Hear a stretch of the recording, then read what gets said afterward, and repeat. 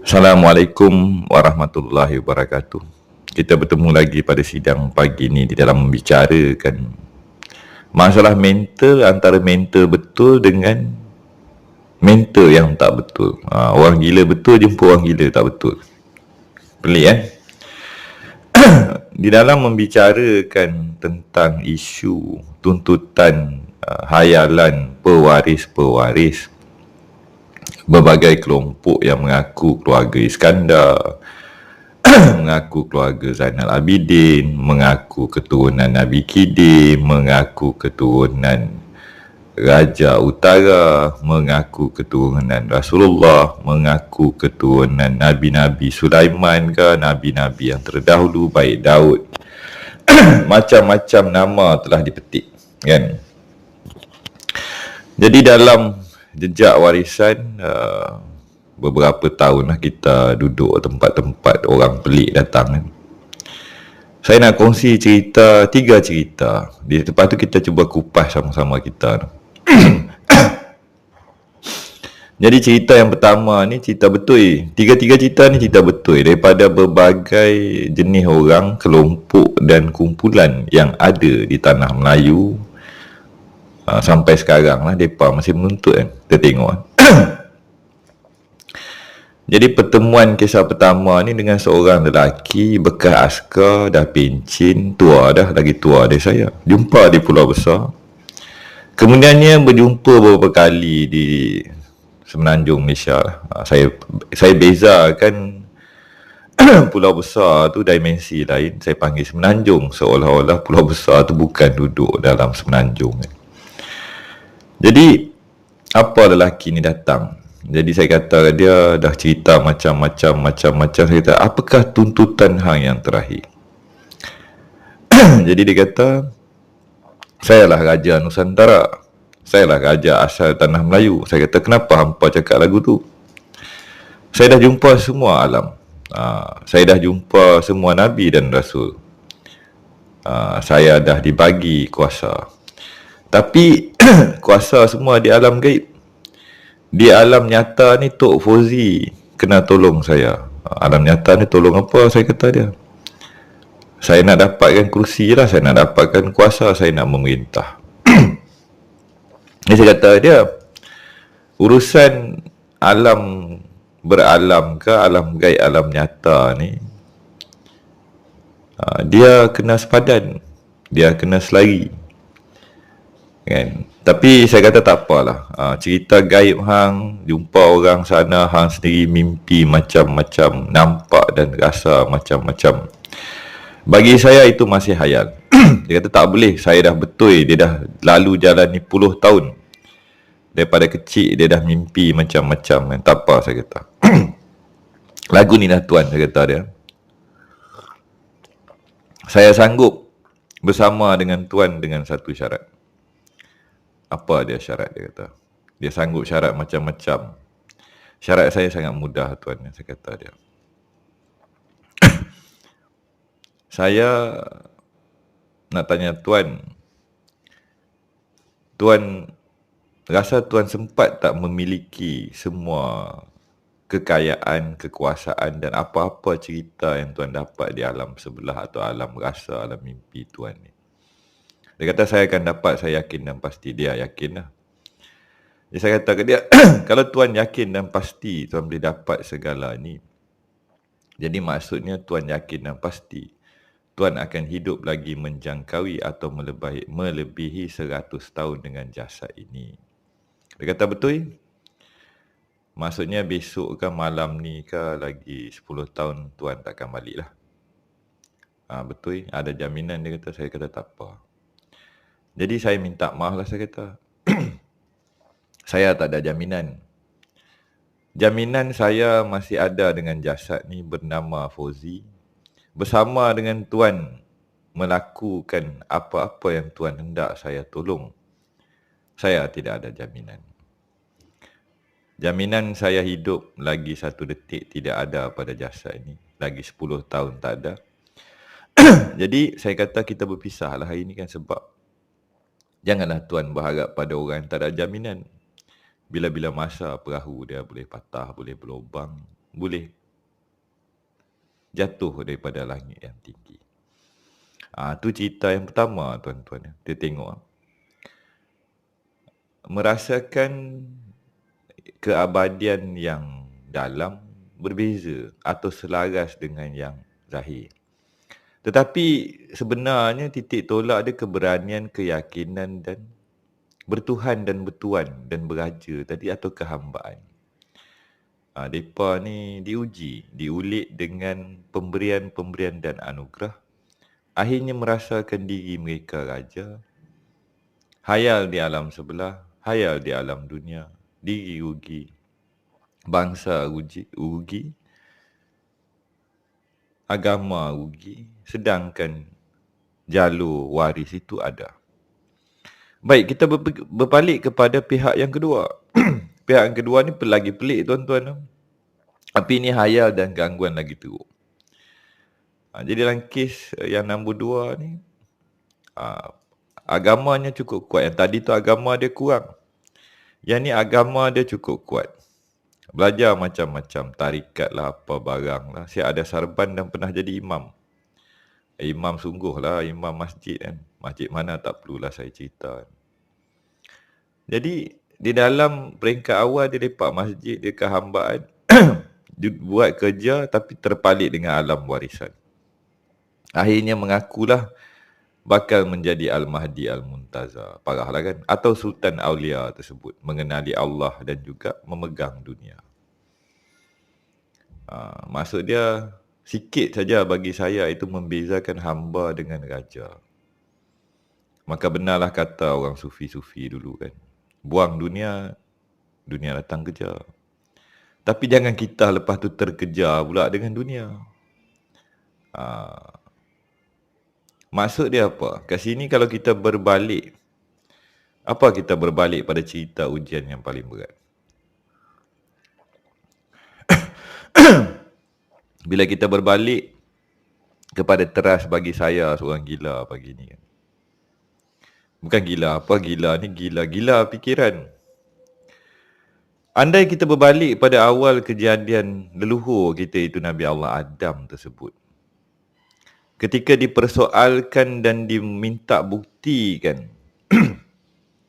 oleh sekalian malaikat termasuk yang tidak bersujud tu, tidak mau sujud tu. Kenapakah hendak engkau menciptakan atau membina atau bersama dengan mereka yang akan melakukan kerosakan di muka bumi dan melakukan pembunuhan atau berbunuh-bunuhan.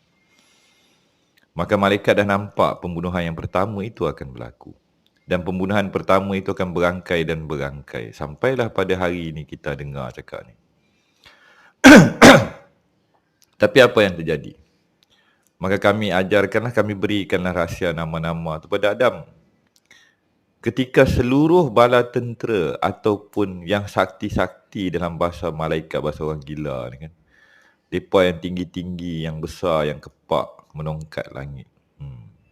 Sekali libas terus 1000 tahun cahaya, 100,000 tahun cahaya.